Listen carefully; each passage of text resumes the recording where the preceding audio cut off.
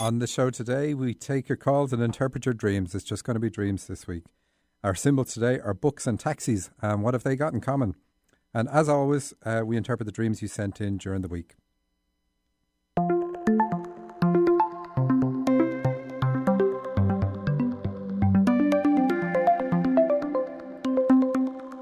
Welcome to So You Think You're Awake, the show about dreams and their meanings. I'm Michael Sheridan, and with me in studio is Heidi Brooke. Hello. Our resident medium, and Susan Pullen, our healer and life coach. Hello. And we're going to have to start dropping the title of All-Round Conundrum for you, Susan, because we're learning more and more about you from your dreams. So we're going to do your dreams pretty soon. Thanks to everyone who sent dreams to radioshow@dream-analysis.com. Please continue to send them in, as we always need them for the show, and you never know when we're going to pick yours. You can always jump the queue, and please do, and call us on 425-373-5527. Heidi really wants you to call with questions for your guides. That's 425-373-5527. And we'll analyse your dream, connect with your guides, or provide healing and life coaching advice from Susan. Just something I never say, because I'm terrible at remembering to say these things. I have an online course starting on February 7th, so if you're interested in that and you're not in the Seattle area, you can take my dream interpretation course online. It's a 6-week class starting February 7th. That's 11 a.m. on Sundays, Pacific time. But right now we're going to look at dreams, and specifically we're going to look at some of Susan's really, really short dreams, because they're very, very fascinating. They give us an insight into what makes Susan tick. That's T-I-C-K, not T-H-I-C-K. That was a bad one, sorry. All right, so the first one is Santa and I go in circles. Yes. And I'm going to read it out because it's your dream. Okay. And it says, I'm riding in a taxi cab in the back seat. A friend of mine who is a very psychic healer is in the front passenger seat, and Santa Claus is driving. The taxi is bright yellow but has a strip of checkered black and white. We are driving around in circles. There is Indian music playing in the background of this dream. Now, I love this dream because it has symbols that seem like they don't go together. But of course they do. So anybody who's listened to the show regularly will know Susan is stuck on the karmic path by choice. She's decided to come down, stay on the karmic path the whole time round, and we have finally figured out why from her dreams, and that's absolutely fantastic. But this dream shows her on the karmic path because she's going around in circles, and that's what the karmic path is a bit like. And the Indian music. The Indian music, yeah. It seems like, why is that thrown in there? But India in dreams represents the karmic path, and that is because they believe that people are born and have karma when they're born. And if anybody's ever been there, you will see very much a two-class system, people with tremendous wealth and people in extreme poverty. And you're encouraged to not help beggars on the street because you would be interfering with their karma. And if you haven't been there, don't bother writing to me and saying that can't be the case, because it is the case. And so karma is often referred to as an Indian disease. And it's not an attack on India. An awful lot of amazing things come from India. And in fact, I have a book, you've got it too, Susan, that is the Sanskrit texts that are all about karma and how it works, how the whole mechanism works, is written in India. It was written in India thousands of years ago and was interpreted by a German guy a while ago. Very, very interesting read if you're into that extreme technical detail. So, anyway, why Santa? Why have you got Santa in your dream? You're a dream analyst, Susan. What's this dream about? Explain yourself. She's just smiling at me. Well, so I'm guessing that Santa is about giving gifts. Well, it is your gift, of course. Yeah, so Santa gives gifts. So it's saying that you've got these gifts. And the taxi is our symbol for today, one of our symbols for today, and it represents counselling. And what counsellors do is they bring you from where you are to where you need to be. And that's exactly what a taxi does. They bring you from where you are to where you need to be.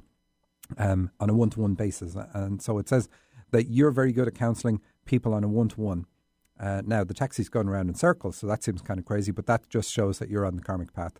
And Heidi got a little bit more on that too. Is there anything else in here? Yes, the psychic healer. So you're also a healer. So we see this. I mean, one of the most intriguing dreams I've seen in a long time is your one where you're trying to wear a snake for a belt. And we described it on the show a long time ago. And it had a mix of healing and counselling, and it had crystals in there too. It had one other thing, shamanic work. But anyway, so we quite frequently see this in your dreams, that you've got a mix of these things. So I like this dream for that reason. And the checkered black and white is just like it is black and white. This is, it seems like an extremes. Black and white in dreams represent extremes or a judgmental way of looking at things. So have you been questioning recently why you picked the karmic path?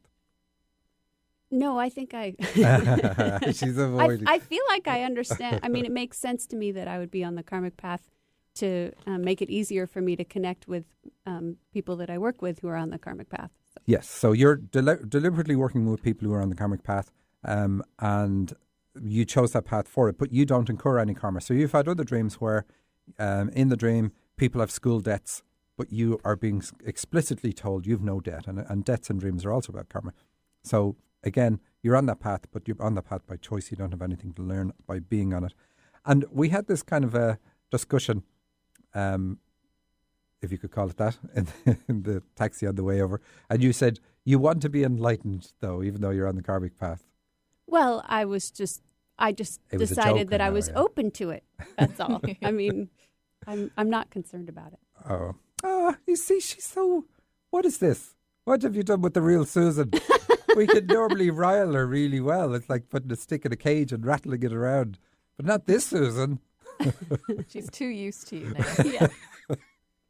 All right. I'm immune to your stick. No, I don't think so. We'll get you yet. Mm. Okay, well, we will gloss over that and come back next week when it will bother you. Well, okay, the point is, we all pick paths that we're on. Some of us pick to be enlightened, and I'm doing air quotes. You can't see that here. So why would you pick that? Why would you pick to be a spiritual teacher one time? And why would other people, in fact, want to achieve states of enlightenment that they compare to like Jesus or the Buddha or other enlightened people who've gone before us? And you will most likely have lived lives, that's you, the listener, will most likely have lived lives where you were at many, many different levels. Some levels you will be been enlightened, you will have been knowledgeable about the spirit world, and in other lives you're not. So this life is not about learning more and more and more about the spirit world, because you're going to get back there and you're going to know loads about it then. So if life is not about that and realizing it's about letting go and living in the moment and living the path, living the life purpose that you picked for this lifetime, because that's going to increase your awareness. And that brings us straight into Susan's next dream, which is also very short. So this is the Susan show this week. But these are cool dreams. It's called The Six-Chambered Heart, and we'll let you read it out because it's a bit longer. Okay. I'm with a group of people and we're playing a game.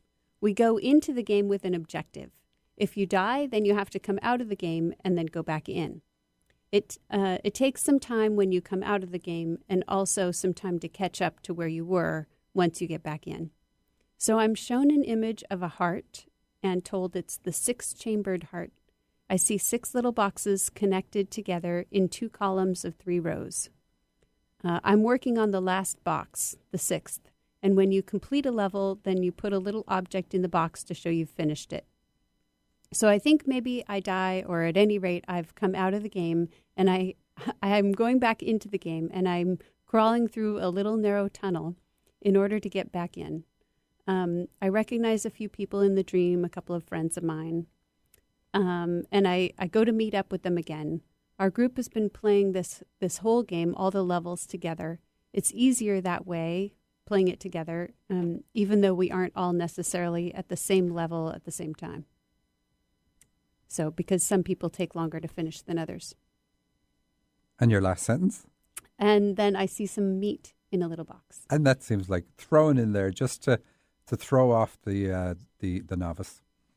So this dream is interesting because it shows that you've been here before many times and you're working with a group, and that's common. We do work with groups, and we work in groups because we already have an energy dynamic with the people that we know, that we've worked with in previous lifetimes, and that can be reused this time around. They've tried it where you don't know anybody, and it just works better to have lots of people change the roles around, mix it up. I'll be your kid one time, I'll be your father the next time, I'll be your wife another one, and so on and so on. So, but there is a level of trust that goes, or a level of distrust, or a level of whatever it is. You name the the connection that you can take from a former life that you've lived with somebody when you were in this dense plane and reuse that connection this time around. And in your dream, it emphasizes people who work in the spiritual field. I've had similar dreams to this. So it's very interesting to show this. And it was channeling on this dream gives us the clue about you. But Heidi, you got the meat in the box piece. So I was saying this indicates that you deliberately are restricted with meat this time around, which we know you are. Susan can't eat anything. She's able to eat air. That's it. She's surviving on air and is it lotus leaves? I eat lots of things. It's just. But it's all the one thing. Yeah. Okay. It's pretty it's much a all bag of vegetables. So the meat they were are her guides. Although I think I got that from your higher self. Rather, you were saying that you alleviate people's karma through your body, which we were actually talking about this earlier in the day as well. And because when you're eating animal flesh and you use your body, you would pick up the karma of the animal. And so it is a restriction, but it's kind of like, I don't know if it was intended in this lifetime, but it's like you couldn't have one without the other. So unfortunately, you have that restriction. Poor Susan. We're still going for burgers karma. after this, right? Yeah, we're going for burgers. It's interesting. She always says, we always go for a meal after the show, and it's like, where will we go? And it's like, well, Seattle has thousands of restaurants, but we have a choice of 3. And one of those 3 is very low on the list. But yeah, so what Susan does, the reason that she stays on the karmic path is because karma is where you learn about yourself through the 5 senses and experiences and reactions. Like if you ever hear bad news and you feel like your stomach churning, that's affecting your chakra and it's affecting your colon as well. That's where you're feeling that. But the chakra part is really what's important for us. When Susan is working with people and she's able to heal their karma and release karmic things for them that are no longer part of the path, she does that through her own body, through her own chakras. And that's why she needs to stay on the karmic path, because that gives her the connection to the mechanism that allows her to release it. And I remember saying the first time I saw that you were able to clear people's karma, it was like, that's rubbish. You can't clear people's karma. How can you possibly do that? And then she had more dreams that showed me how, which is great. So I'm learning enormously from Susan. And I just want to specify that I don't do it like I have a lot of help. Yes, of course. Yeah. We all do indeed. So anytime I can't get a dream, I just say, my guide must be taking a bathroom break. So anyway, lots of interesting stuff that we're learning from Susan. Was there anything else we wanted to say? We didn't even do the dream. But did we? Let's see. Okay, yeah, we did. We did it enough. Okay, so we have Sandra from Canada on the line, and we're going to say hello to Sandra now. Hi, can you hear us? Hi. Thanks for calling. Can you hear me? Yes, we can indeed. Okay, good. I wasn't sure. I tried to step away from the computer so I wouldn't hear myself on the radio. Yeah, and there's a delay, so it's good that you did that. So, do you have a dream or a question for Heidi? It's more a question, and I've actually been wanting to call for maybe the last 3 weeks about this. I would like some guidance from my guides or from Spirit. It's very simple. In the last 2 years, I thought I seemed to be on the right path with my work, but since last summer and I would say last fall, there's less and less work. I'm a teacher and a healer, but I don't teach healing. I'm an English teacher and also a healer, and I've had less and less contracts, almost to no contracts now for teaching, and less people coming to me for healing to almost nothing anymore. So I'm wondering if there's something that I should be doing, and I seem to have trouble connecting with my guides. Are you suffering from health issues right now? Well, I know I've been since the fall, I've been working really hard on cleaning my liver physically because I know that I've been suffering from migraines because of my overloaded liver with toxins and bad fats or whatever it is. So, but in terms of like suffering from a big illness, not that I know of. Okay, they're showing. The reason I asked is because they're showing that your health is compromised somehow. They are not saying specifically it is the liver, but they're saying that you definitely have a lack of energy compared to what you would have had 2 years ago. Like, can you relate to that? And also, I don't know that you're in a position to keep healing people because you're not removing. So when you heal somebody, you're taking it on and you're not eliminating it from your body correctly. Okay. And that's what they're saying. So they're trying to. It's not that you're not to heal people. It's that you're to appropriately remove what you're healing the person from your own body. Okay. And this is something that Susan might be able to answer as well, and what it would be an effective way for her to do that. So, do you have a process you've been using so far?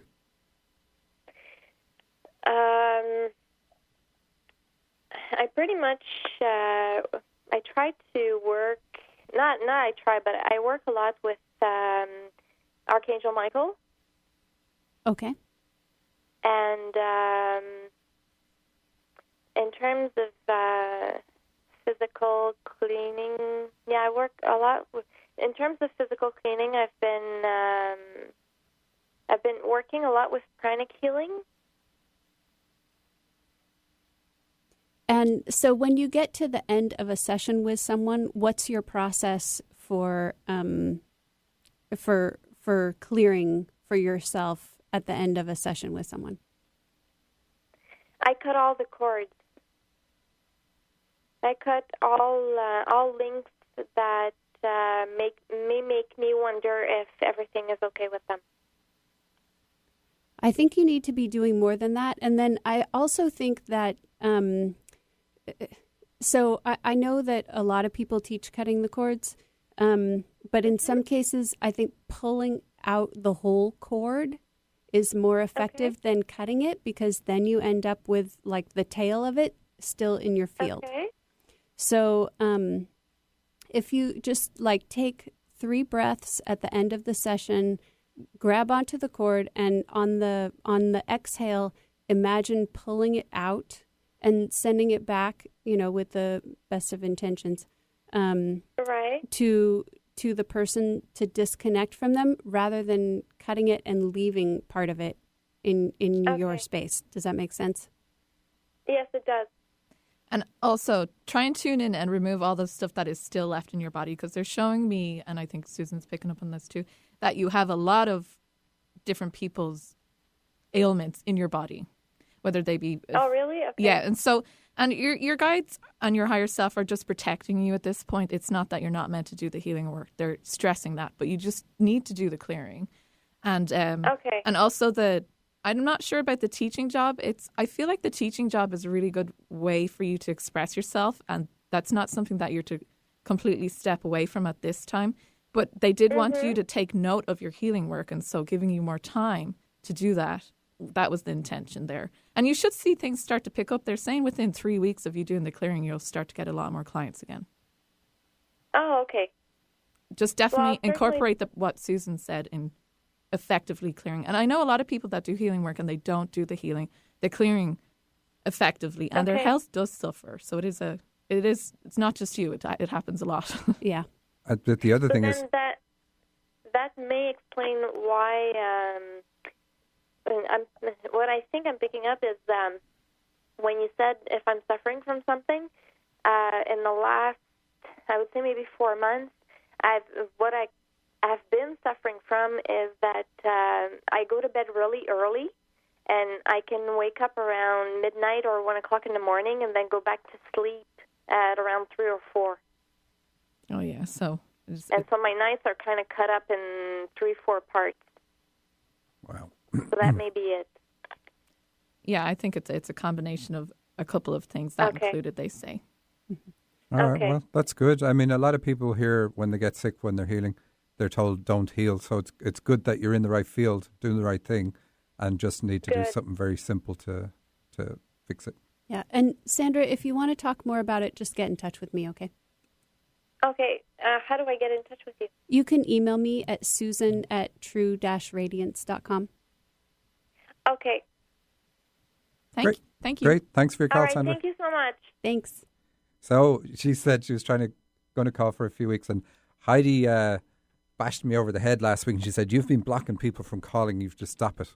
And she was right. But That's why nobody called for exactly 3 weeks. So anyway, the number is 425-373-5527 if you want to call. So, Michael, we were talking about taxis, and I think you had another dream that you wanted to share that had taxis. I did, yes. So this was my own dream. And if anybody's read my book recently, I talk about the Dharmic path a lot in it. And so I had a dream where I was on the lower Churchtown Road, and this would be close to where I'm from in Ireland. And I was taking left shortcuts from this road to get up to Churchtown Road Upper. And of course, there's no left shortcuts on these, but left in a dream about the Dharmic path is about, it is a shorter path, quicker route to get to where you need to go to. And Heidi has been saying to me for some time that I'm on the Dharmic path, but I'm not moving forward on it. I have blocks that are stopping me from doing anything, but even though I'm still on it. So this dream was really reassuring for me of saying, okay, I finally started taking the steps, which I knew I had. And getting to the upper Churchtown Road then is, Churchtown Road being, well, because of the word church in it, is about the Dharmic path. And so the upper one is like finally moving from where I was to where I need to be. And the very specifics, of course, were specific to my life. Is there anything I can share from it? I know there's a piece, but I can't think of it. Because it's always relevant. It's always interesting to know what does somebody do to make it work for them. But anyway, so your dream, six-chambered heart, was interesting that way. And it's saying you're to channel as well because of the 2 columns of 3, commitment to channeling. And of course, that's a big thing for you. Yeah. But you're to start counselling people, which is why you had the taxis. And books represent the same thing, which is our other symbol. Books represent counselling because a counsellor really educates you about your own life. And so books representing knowledge and wisdom. So what a counsellor would do is reflect back to you what you're saying so that you're then in a better position to make choices and change things within your own life yourself. So I'm looking at the time. We're going to take a break and we will be back to you in a moment. You're listening to So You Think You're Awake. Have you ever heard the advice to follow your heart, but you aren't sure how to actually do that? I'm Susan Pullen with True Radiance Healing Arts. Your heart is like an inner compass, pointing you in the direction your soul wants you to take. Join me for the art and practice of following your heart, a weekend workshop on how to tune into the guidance of your heart. February 20th and 21st. Find out more at true-radiance.com. Hello, this is Heidi. How can I help you? You tell me. You're the psychic. That's not how it works. I am a medium. I connect to your spirit guides and loved ones and pass on their messages to you. So why did I call? Use the force, Heidi. Look, I can get answers to any questions you ask. That's not a problem. They can be about anything: relationships, career, children, finances, anything. Anything? Okay. What's my favourite colour? Dave, your mom says you're being childish. For readings with Heidi, go to angelsontheline.com. Okay, listen up. This is important. Do you know your life purpose? Are you psychic? Do your dreams predict your future? Are you one of the X-Men? Your dreams give the answer to 3 of these questions. Find out which 3 by attending Michael Sheridan's Dream Workshop in Seattle on March 5th and 6th. Register at dream-analysis.com. Don't be fooled by cheap imitations. There's only one Alternative Talk, 1150 AM. Welcome back. You're listening to So You Think You're Awake with Michael Sheridan, Susan Pullen and Heidi Brooke. Our phone number is 425-373-5527 if you want to give us a call with a question for your guides or a dream or a question about healing and counselling from Susan. And Susan, you mentioned people in your last dream that you skipped over while you read it. And because this dream is about past lives and shows that you had past lives with them, I was just going to suggest that if you ever find yourself in a financial burden, you could always call them up and remind them about the loan you gave them. Remember way back in the 1800s? Yeah. So adjusting for inflation, yeah, you owe me your house. Yeah. All right, let's have a look at another dream. We'll also want to say Heidi is teaching a class tomorrow. Yes. And this is how marketing doesn't work, but this is how I'm doing it the day before. We're all learning terrible. here. So this is my first class, and it's combined with Michael's dream analysis course. I'm going to be teaching people how to ground themselves, how they channel, connect with their guides. And, everybody does channel in a different way. There is the universal channeling, which is, clairaudient. A lot of people would recognize that. But there are different ways, like symbols, images, hearing, even sensations in their bodies, feelings. And so I work individually with people. I have a number of people booked on the class so far. There's still space. And we also have the added benefit that Susan is going to be there tomorrow to help me and encourage me and help. So that's a huge benefit to anybody that would sign up. Yeah, so anybody with blocks that would get in the way of their connection, Susan's going to work on that side. Is the expert on that. And so this would be a huge advantage. So I'm looking at the list of what you've got here. You talk about predictions, how to ground yourself, using the pendulum. And you get all this, by the way, on dream-analysis.com/workshops. But anyway, establish connection with your guides, recognizing and feeling your guides and guardian angels, welcoming communication from past on loved ones, the difference in how spirits of different levels communicate, clearing and removing negative influences, putting you on your path, seeing spirits and auras. Now, that's an interesting one, seeing the spirits and auras and how to feel the aura. Yeah, and I was told by my guides that everybody in the class will see auras, so I'm holding them to that. But it is definitely, this is a catalyst class. This will put you on the way to how you can keep these connections. So if you've ever doubted the existence of the spirit world or the auras, this is. It's not just a parlor trick. You don't you have Christmas lights hidden in your hair. No, don't give it away. Raising your vibration to meditate. That's interesting. I suppose a lot of people would be thinking that you're relaxing to meditate, but it is interesting that you're raising your vibration at the same time, which is what the difference is. Opening your chakras, color breathing, and then you have, are you a healer? Recognize your intuition and using it. Addressing diet, and then you're also going to give everybody a 30-minute reading. Very good. So diet. Could you mention diet? Well, diet is very important in all regards of our lives. Without wellness, we can't function at our Optimally. Yeah. Susan survives on birdseed. But it's also essential to channeling. I do, and I will explain this in my course as well, of course. But we do use our brains to channel, and especially to process that information and to be able to clearly relay it to the person you're giving a reading to. So without optimal brain health, which is affected hugely by our diet, we can block our channeling. And I've done that before as well by, eating incorrectly. And meat is a big one because, and we were kind of saying earlier, but, animals do have karma too, and we can pick up their karma. And so it does interfere, their toxins, and especially in today's, the way we raise crops and cattle, there's a lot of toxins in the food, and it affects our hormone levels, and it's the hormone parts of the brain that we use to channel. Right. So it's hugely important. Yeah, I've had dreams for years about not eating pork, and I later found out that it's like the worst and most processed food because what the pigs are fed and everything like that. But I would have dreams about that affecting my liver, which was interesting.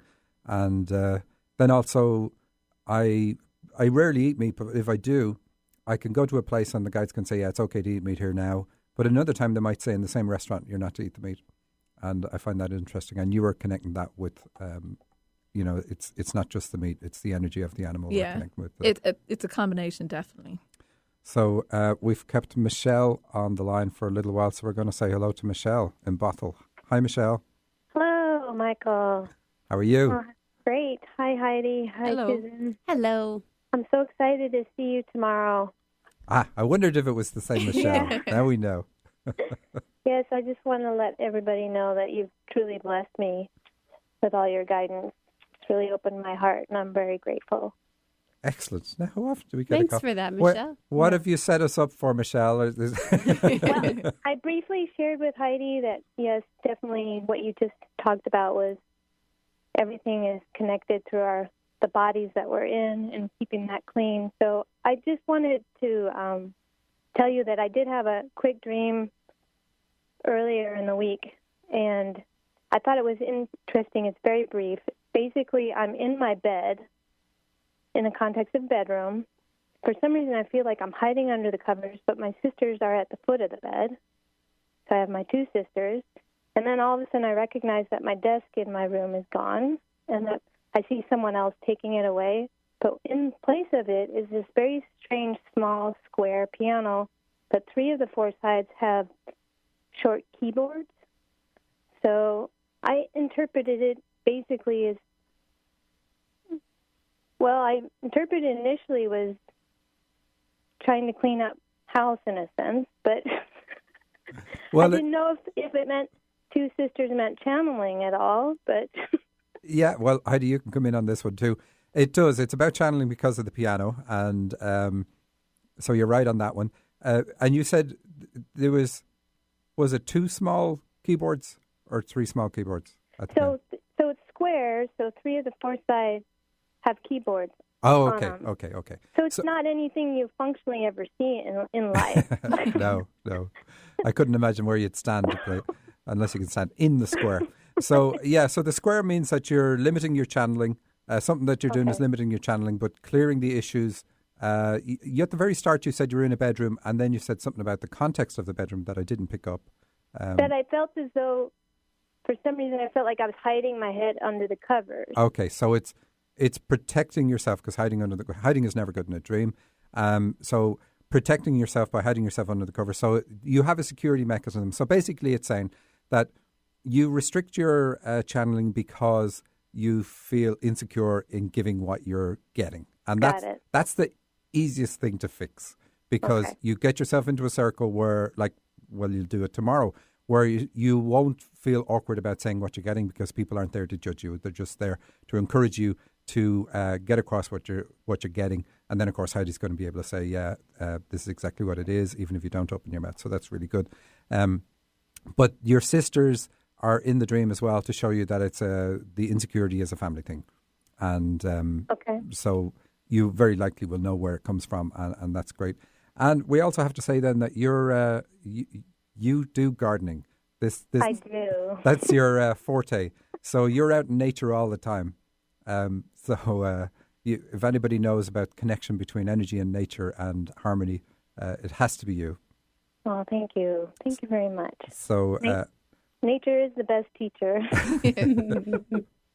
Okay, so thanks for your call, Michelle. Oh, wait, Heidi, did you have anything to add to that? No, you were saying it just as I was getting it, so I think you covered the whole thing, which is great. And I was saying, because I wrote to Michelle during the week, and I was saying, note any dreams that you think are about channeling, because I asked everybody's guides to give them signals on how they channel or what would be limiting them. Right. So this is very much so they're obliging, which is great. It's working. That's great. Okay. Thank you. All right. Thanks for your call, Michelle. Bye. So, can we squeeze another dream in before the break? We can. Well, let's look at this question. So we have a question from a listener, and thank you. I know sometimes we talk about things and then we don't talk about them for a while, but we keep mentioning them. So thanks for emailing in this request for clarification. Yeah, you skipped show 43 in the set of 62, so what do you expect? So the person writes, I've been listening for several months now and have learned tons about dreams. 2 things you say frequently confuse me and may be worth explaining when you say them. The first one is guides. I think of guides as not in human body, but sometimes you refer to them as living people. So what's up with that? Yes, so guides and guardian angels are almost the same thing.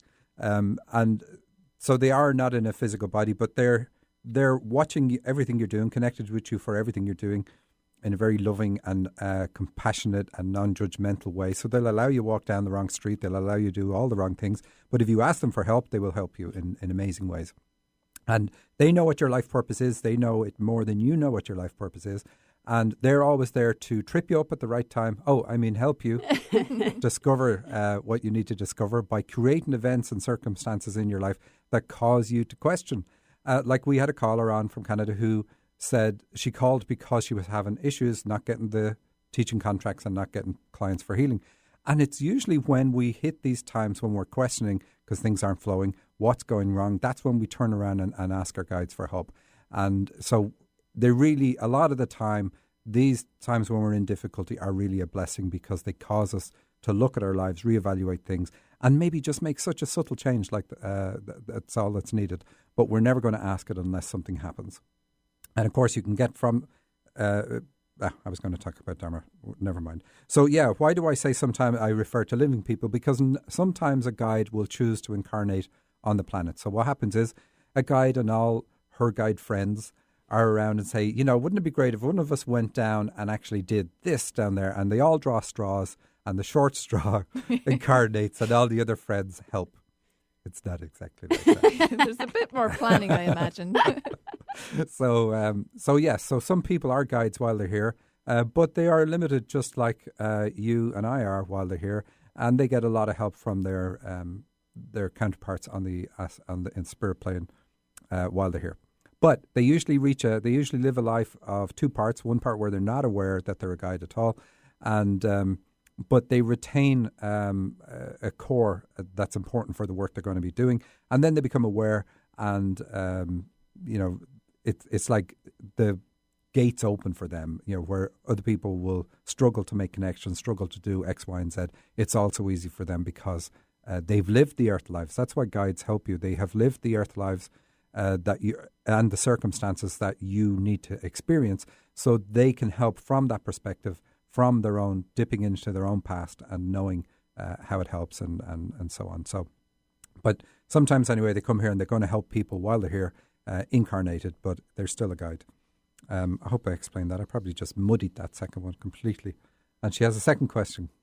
The second question is about cutting the ties.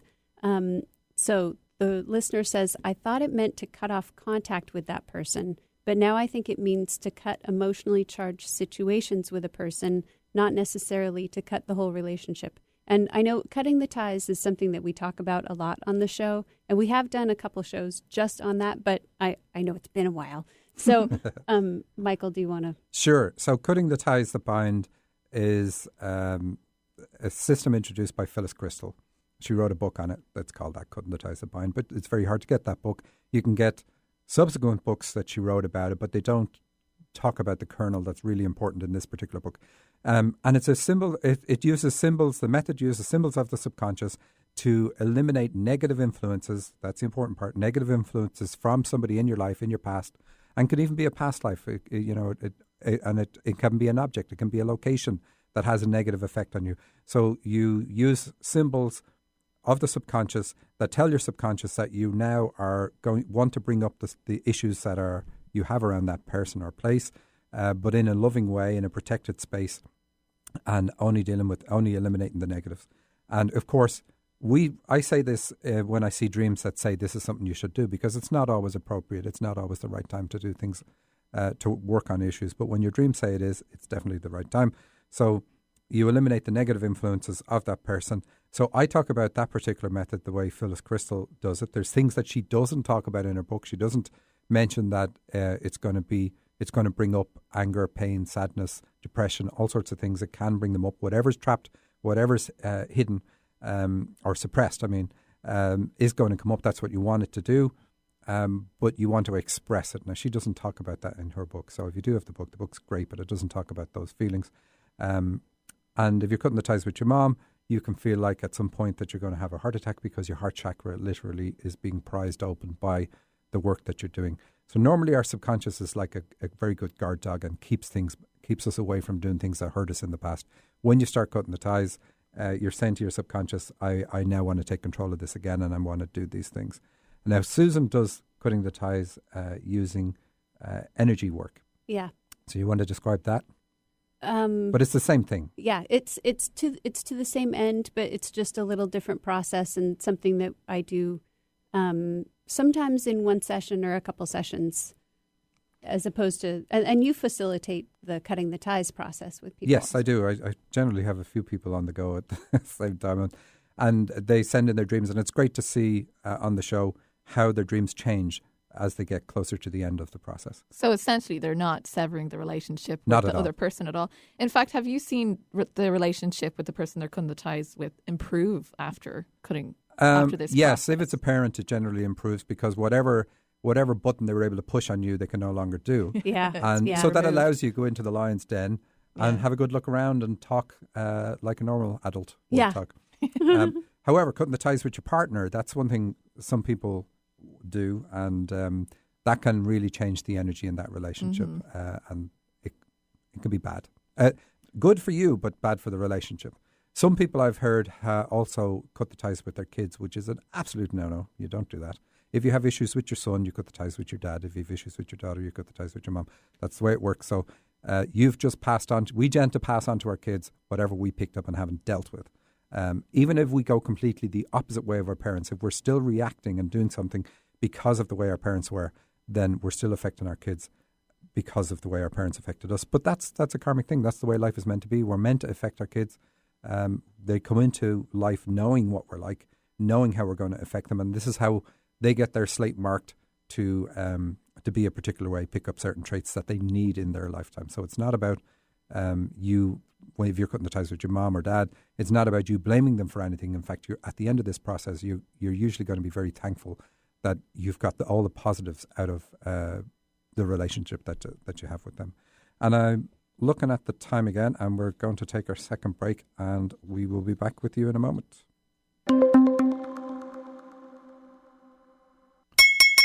Okay, listen up. This is important. Do you know your life purpose? Are you psychic? Do your dreams predict your future?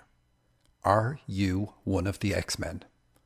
Your dreams give the answer to 3 of these questions. Find out which 3 by attending Michael Sheridan's Dream Workshop in Seattle on March 5th and 6th.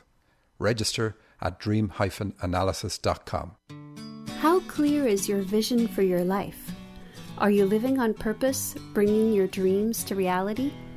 I can help you to hear the quiet voice of your heart, guiding you in the right direction. I'm Susan Pullen with True Radiance Healing Arts. Let's talk about how you can create the life you want and be the person you were born to be. Contact me today at true-radiance.com.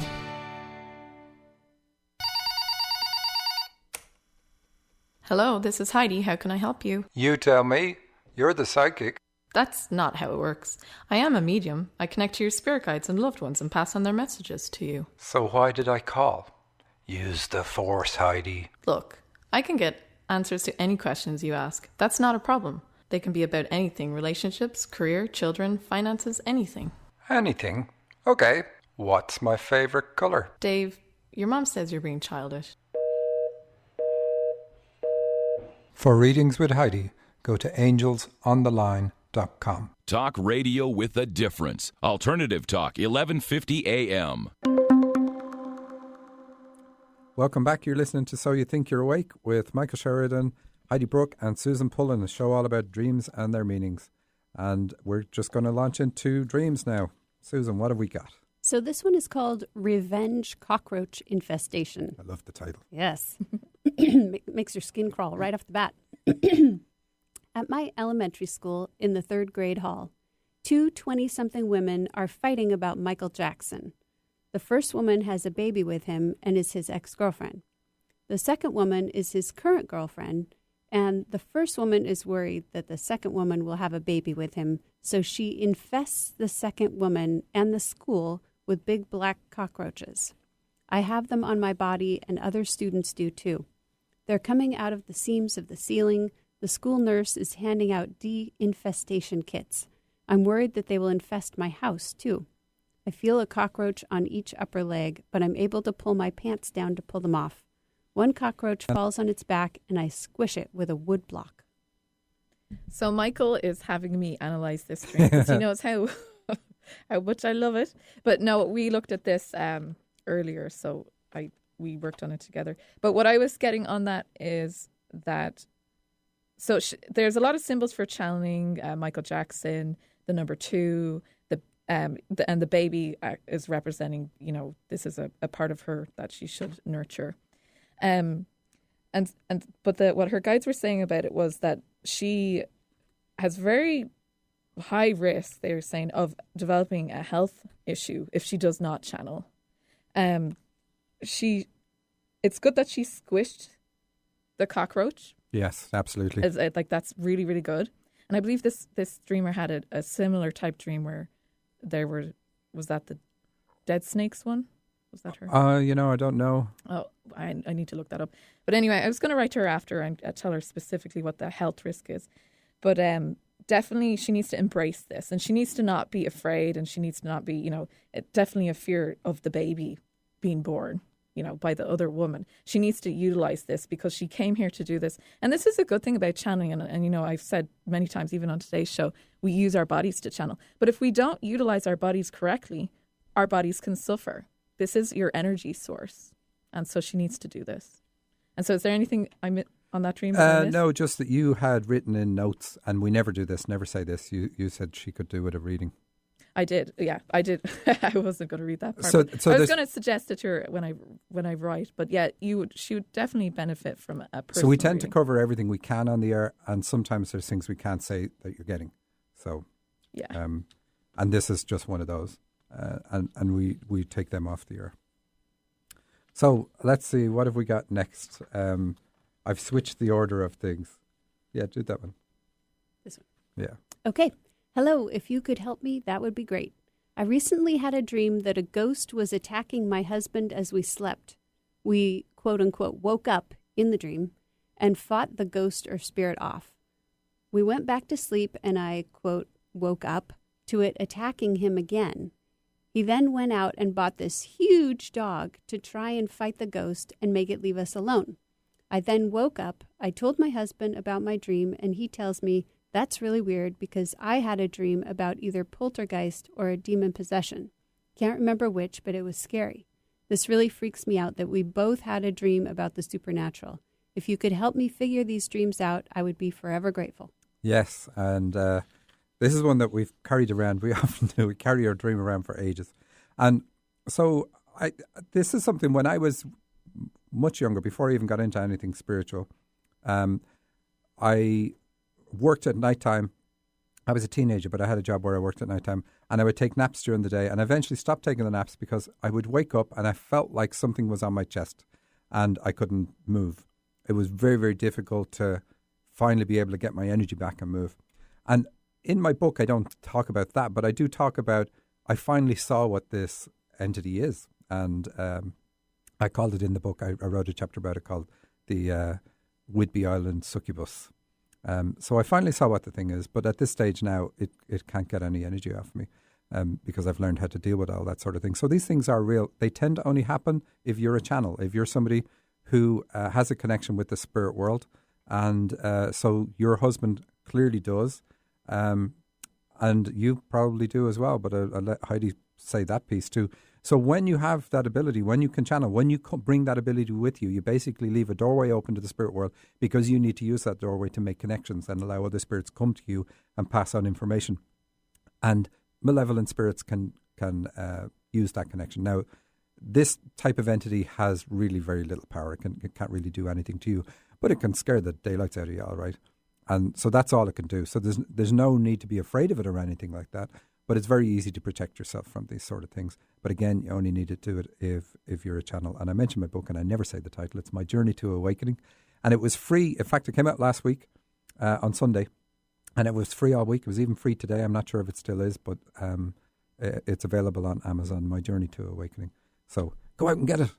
And I do actually say I have techniques in the book, but we listed some of the things that you're doing in the channeling course tomorrow, and a lot of it is raising the vibration, raising the energy, and that's the biggest block for any of these things that want to bother you. If you raise the energy, they can't even see you. It's like you become completely invisible.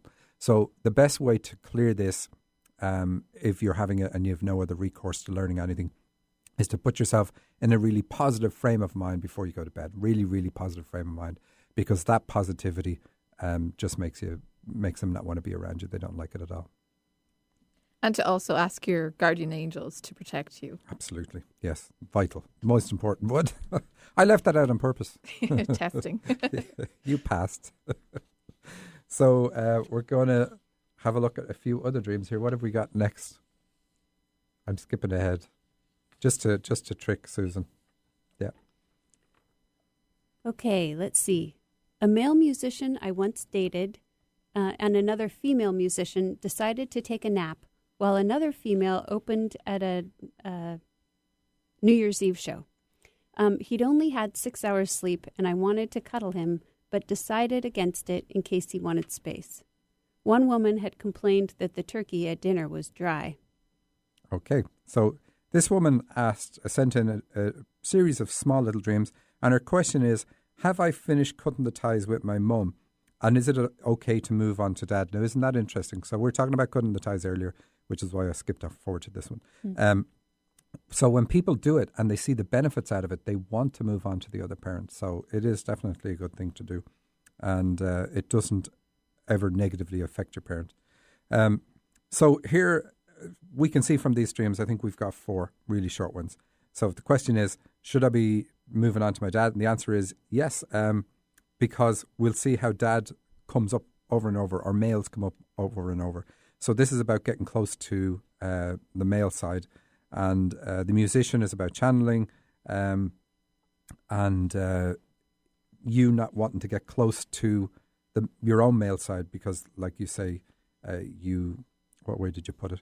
I wanted to cuddle him, but decided in case he wanted his space.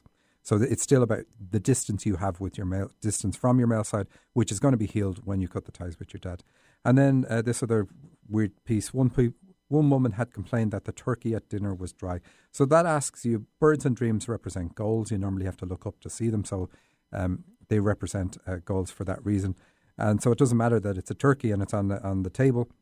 But it being on the table, it means goals are on the table and something that you have to do. So it's asking you to set life goals that include spirituality. So the dry indicates spirituality squeezed out. So what's the next one in that? I was watching a little boy who's sweet and sensitive go down a slide. His dad didn't want to help out, but the boy's mom, she's cool but socially awkward in real life, needed to finish some schoolwork. I said I'd watch the boy, annoyed that the dad was so selfish. I played with him going down the slide. Now, this one makes it very clear. So the little boy, this is your male side. So it wants you to go back to the age, whatever age the little boy was. And you're saying he's very sweet and sensitive. So positive attitude towards male side is being asked for. And by cutting the ties with your dad, going back to the age of the boy in the dream, that's what you're going to get back. But you say here, and this is how we know, again, it's all dad. Dad didn't want to help. And you also say dad was so selfish and so on. So it's all you. Everything's you in the dream. So it's saying that you need to improve your view of your male side, and you're going to do that by cutting the ties with your dad. Very simple. So why are we doing these ones? If you're finished with your mom, you're going to stop dreaming about women and women with problems. And so here we have men coming up in the dream. And that's really what you want to see to know, okay, I'm at the point where I am finished and I can do the closing out stage. So let's have a look at the next one. My dad yelled at my daughter to put the video game away that I'd given her to play with so she would sleep. I was in the bathroom and I'd told her it was okay to play until I was done blow drying and straightening my hair before bed. We both had school in the morning. He said she needed to sleep as soon as possible because she'd be tired in the morning. Okay, so really fast because I want to do the next one. So dad yelling at the daughter. This is what you got to work on. And then we have the bathroom showing up. So eliminating issues to do with your dad yelling at you. And you both had school in the morning. So you're going to learn something from doing this. So real fast, the next one. A single traveling college friend had a cluttered bedroom. Lots of clothes everywhere. Her dad was happy to have her home, though, from her travels. Okay. So this is saying it's time for your dad because it's all about, in this dream, the person's going back to the dad and going to spend time with dad. So you're going to spend time working on dad. So that's it for this week. we want to say, remember to send your dreams into radioshow@dream-analysis.com. Thanks to Susan Pullen, thanks to Heidi Brooke, thanks to our producer and engineer Eric Ryder, and thank you for listening. And we're going to leave you with this quote from a book author. It is only with the heart that one can see rightly. What is essential is invisible to the eye. And that's from The Little Prince. Thanks for listening. Thank you.